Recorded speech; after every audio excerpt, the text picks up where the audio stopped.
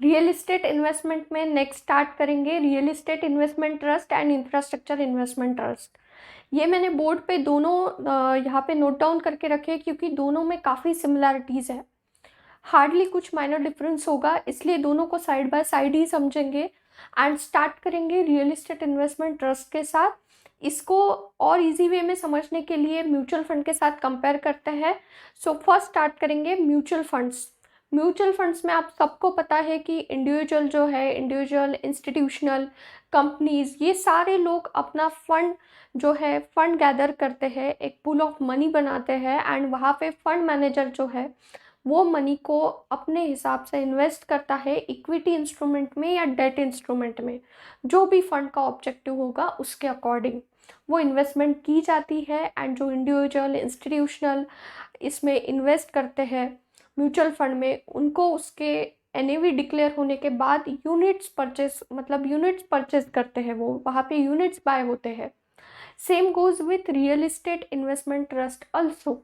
यहाँ पे भी फंड मैनेजर है, यहाँ पे भी जो इन्वेस्टर्स है वो भी अपना फंड यहाँ पे गैदर करेंगे, फंड एक बिल्ड करेंगे, वो फंड को यहाँ पे फंड मैनेजर इन्वेस्ट करेगा फिजिकल प्रॉपर्टीज़ में, रियल इस्टेट में। तो यही एक मतलब डिफरेंस है, यहाँ पे माइनर डिफरेंस है कि जो इन्वेस्टमेंट होती है वो रियल इस्टेट में होती है। जैसे म्यूचुअल फंड में स्पॉन्सरर होते हैं, ट्रस्टी होते हैं, फंड मैनेजर या यूनिट होल्डर होते हैं। Same goes with real estate investment trust also. यहाँ पे भी फंड मैनेजर है, ट्रस्टी है, स्पॉन्सरर है या यूनिट होल्डर है।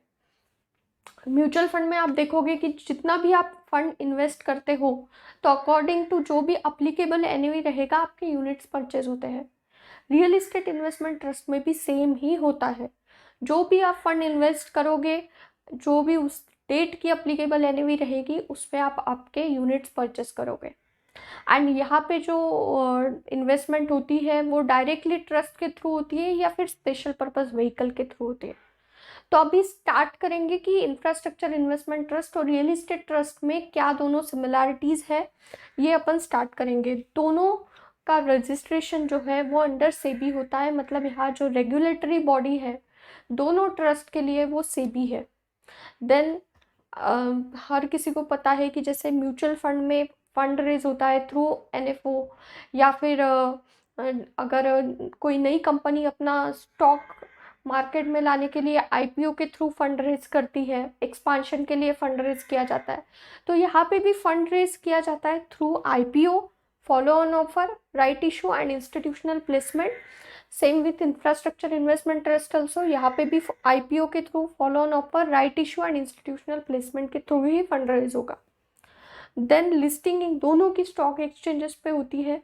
ये सेबी के अंडर जो है रजिस्ट्रेशन होता है, दोनों लिस्ट होते हैं, IPO, follow on offer, right issue and institutional placement के बाद लिस्ट होते हैं स्टॉक एक्सचेंजेस पे एंड ट्रेड भी होते हैं।